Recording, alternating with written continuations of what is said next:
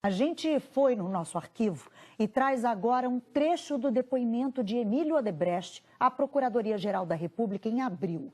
Em delação premiada, o empresário falou do pedido de dinheiro de Lula para ajudar nas campanhas e citou uma conta corrente de 300 milhões de reais. O pedido de ajuda para as campanhas era feito pelo Lula a mim. Inicial, esse era o I0. Sei. Muito bem. Eu chegava, na época do Novis para o Novis, na época do Marcelo para o Marcelo, e dizia, porque eu perguntava também a Lula, quem é que vai tratar desse assunto? Da minha parte, vai ser o Novis, quando era Novis, ou é Marcelo, quando era Marcelo. Ele me dizia, é o Palocci. Eu digo, então, o senhor me faça um favor, avisa ele de que ele pode procurar ou Novis ou Marcelo, a depender do médico. O senhor contou isso aí ainda no E eu chegava para ele... governo Lula ainda, nas campanhas do Lula, presidente. Nas campanhas do Lula, presidente. Tá, então vamos lá. É exatamente isso. Tá. Pronto. Aí, no caso de Marcelo, sei que ele desenvolveu uma conta corrente que dava para esse pessoal. Por quê? As pessoas queriam valores para efeito do seu planejamento na área da campanha, as informações que eu tinha.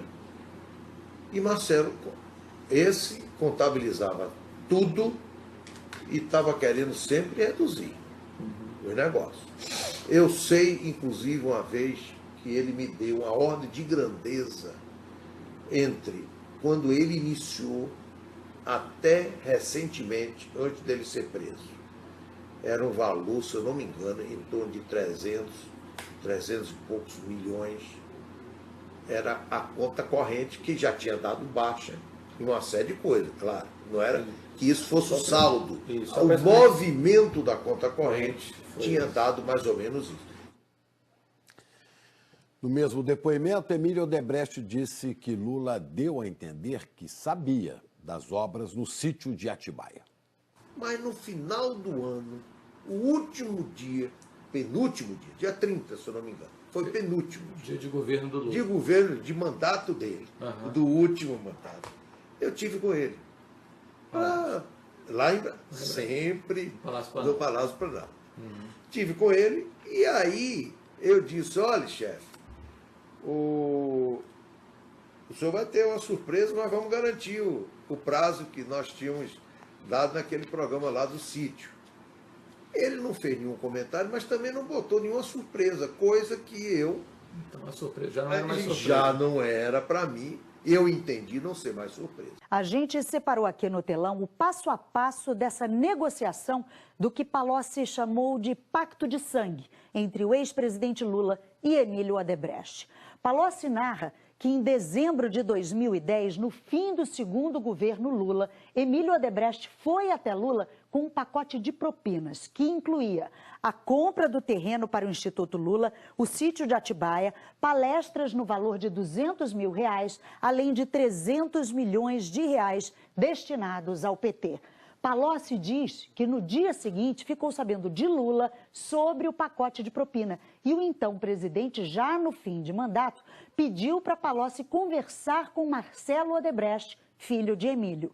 Nessa reunião, Marcelo chegou a dizer que Emílio tinha se confundido sobre o valor combinado. Segundo Palocci, Marcelo disse que o objetivo era estabelecer uma relação de forma explícita, porque Emílio tinha medo do comportamento da presidente eleita Dilma Rousseff. No dia 30 de dezembro de 2010, Lula levou Dilma para uma reunião com Emílio Odebrecht. E nesse encontro, ainda segundo Palocci, foi fechado o chamado Pacto de Sangue.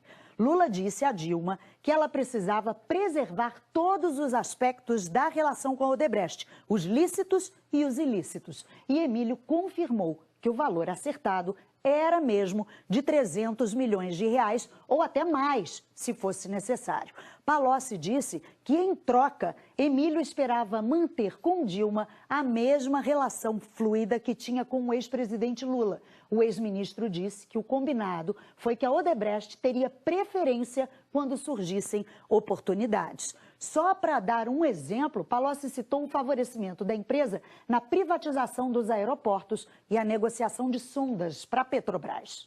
O depoimento do ex-ministro Palocci teve, é claro, repercussão imediata em todos os círculos políticos do país e principalmente em Brasília. Para lá que nós vamos falar com a Juliana Morrone. Bom dia, Juliana. Ontem não foi um dia bom para o PT, né?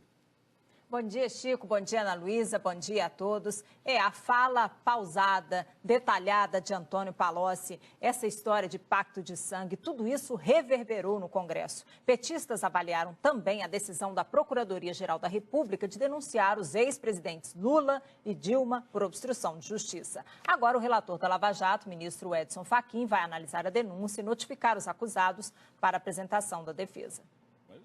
O depoimento do ex-ministro petista Antônio Palocci complica a situação do ex-presidente Lula. A pergunta foi feita para o líder do PT na Câmara. Evidentemente pode complicar, mas com certeza o presidente Lula vai comprovar sua inocência. Ele está faltando com a verdade, né? Ele está colocando acusações que não têm nenhuma comprovação e que nos parece muito fácil de serem desmentidas. Mas nem todos os políticos pensam assim. Eu creio que tudo tem que ser apurado, tudo tem que ser investigado. O depoimento por si só não constitui uma prova, mas é um indício muito forte de que o que ele está falando é verdade. Ontem acabou sendo um longo dia para o PT. Enquanto as declarações eram feitas em Curitiba, em Brasília, aumentava a coleção de denúncias contra Lula e Dilma. Em menos de 24 horas, foi apresentada a segunda da semana. O Procurador-Geral da República, que acusou os dois ex-presidentes anteontem por organização criminosa, ontem acusou os petistas pelo crime de obstrução de justiça. No ano passado, Dilma, ainda presidente, nomeou Lula ministro da Casa Civil. Ele já era alvo da Lava Jato. Essa nomeação, segundo a denúncia, foi uma tentativa de atrapalhar as investigações. Foi feita para tirar o processo das mãos do juiz Sérgio Moro, porque, como ministro, Lula garantiria o foro privilegiado no Supremo. Na época, investigadores viram num telefonema de Dilma para Lula uma tentativa de evitar uma eventual prisão dele. A conversa foi essa. Lula, deixa eu te falar uma coisa. Seguinte, eu estou mandando o Bessias junto com o papel para a gente ter ele e só usa em caso de necessidade, que é o termo de posse. Tá? Tá bom, tá bom. Só isso, você espera aí que ele tá indo aí. Tá bom, tô aqui, fica aguardando. Tá? Tá bom. Tchau. Tchau, querida. A gravação foi feita porque Lula estava sendo monitorado pela Justiça. O áudio não pôde ser usado como prova, foi anulado no ano passado. Mas a Procuradoria levou em conta o próprio ato de nomeação, a nota divulgada pela presidência para explicar a conversa e depoimentos de delatores. O ministro Luiz Edson Fachin, relator da Lava Jato, ainda vai notificar os petistas denunciados para que eles se defendam. Um terceiro petista também foi denunciado, o ex-ministro Aloysio Mercadante, que, segundo a acusação, tentou evitar a delação premiada do senador cassado Delcídio do Amaral. Mercadante foi gravado pelo então ex-assessor de Delcídio, Eduardo Marzagão, durante uma conversa em que teria oferecido ajuda em troca do silêncio do ex-senador. O ex-ministro agora está denunciado e Delcídio acabou fazendo a delação. Outra ação de ontem do Procurador-Geral da República, Rodrigo Janot, foi pedir o arquivamento da investigação de outro ex-ministro petista, José Eduardo Cardoso, e de 2 ministros do Superior Tribunal de Justiça, Marcelo Navarro e Francisco Falcão. Nesse caso, não foi possível provar que Cardoso e Falcão atuaram pela nomeação de Navarro para beneficiar empreiteiros presos na Lava Jato. O ministro Fachin já arquivou. A assessoria do ex-presidente Lula disse que a nova denúncia é motivada por uma atuação afoita e atabalhoada do procurador Rodrigo Janot em seus últimos dias de mandato. A ex-presidente Dilma declarou que a denúncia se apoia em ilações, deduções e insinuações que, segundo ela, são tratadas como verdade pela Procuradoria-Geral da República. Aloysio Mercadante disse que ele já tinha sido absolvido por unanimidade na Comissão de Ética Pública da Presidência e que a delação de Delcídio do Amaral está sendo questionada pelo Ministério Público. Ana Luísa, Chico. Obrigada, Juliana. O senhor promotor, doutor Welter, eu não tenho um acordo de delação premiada.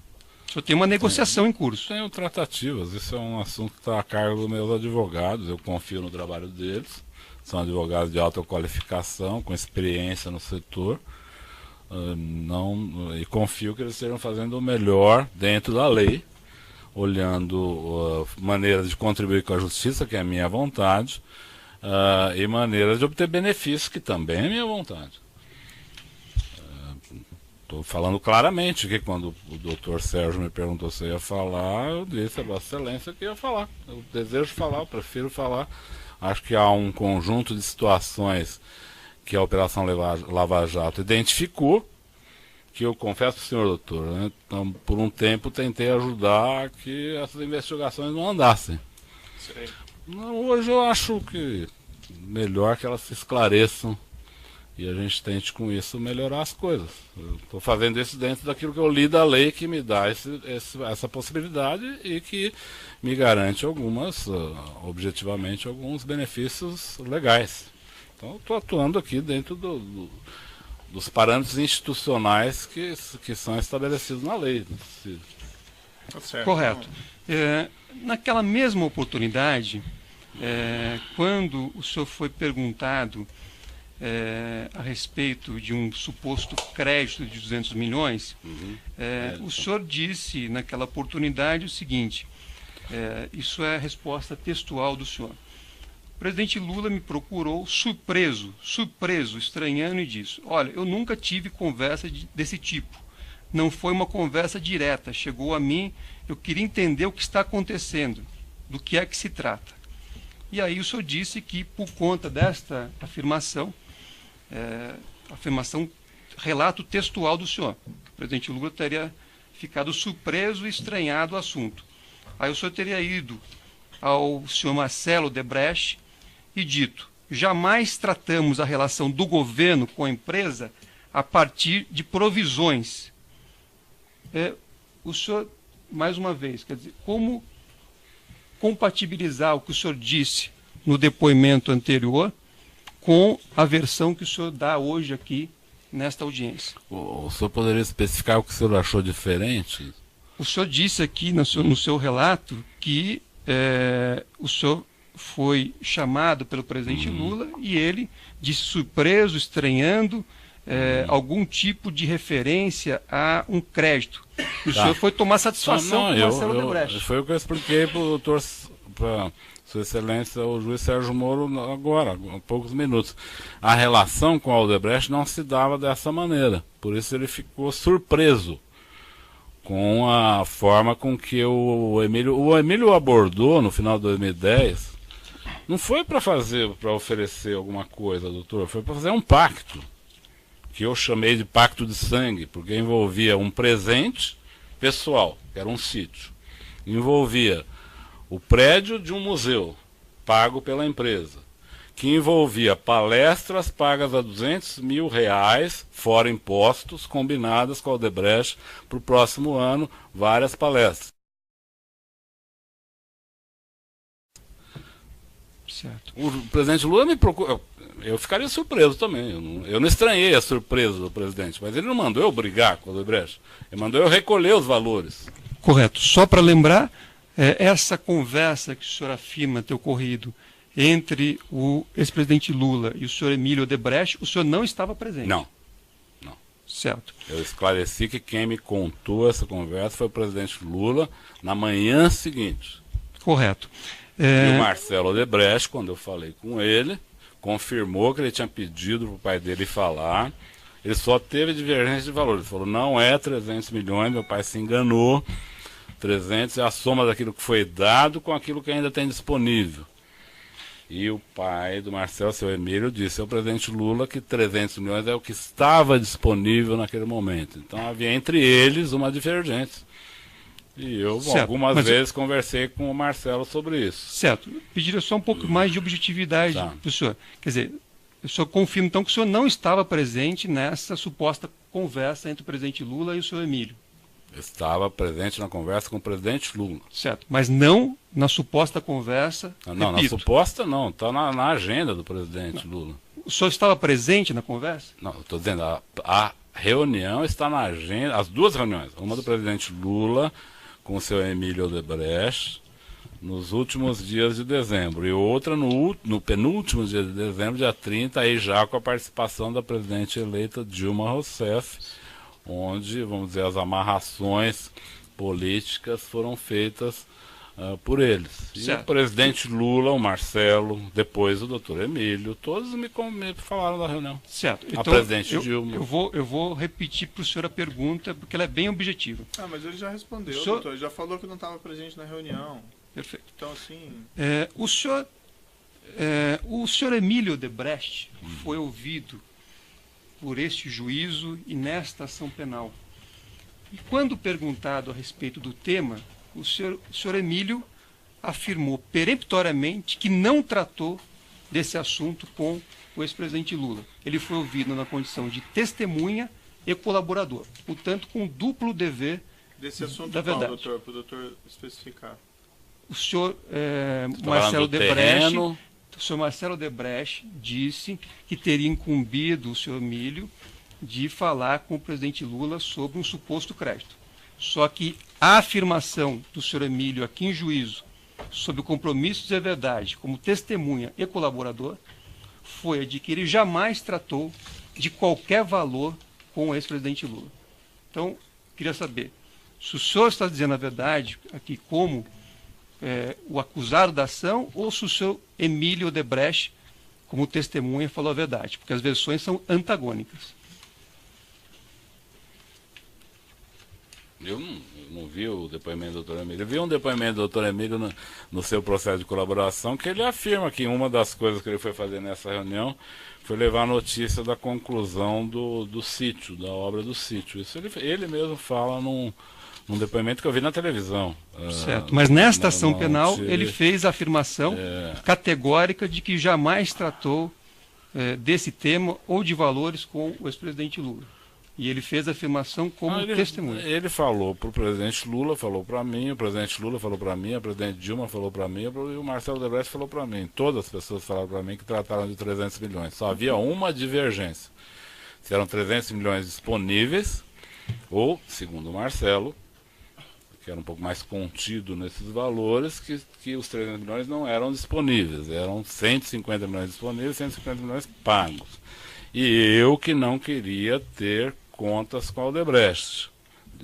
Insisto, doutor, não por santidade. Eu achava que não devia ter conta corrente, eu achava que devia continuar uma relação de confiança, onde a gente buscava os recursos quando era necessário. Eu tinha essa posição, essa postura. Assim como no terreno, eu não queria fazer aquela compra toda complicada, eu queria fazer uma compra simples, mas queria fazer.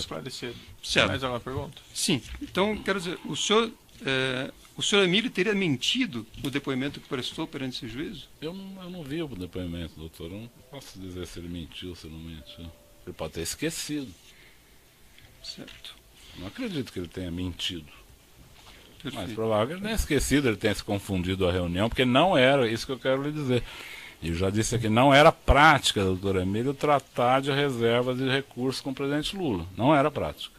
Eu tive em dezenas de reuniões com eles, esse assunto não era a pauta das reuniões, mas nessa foi.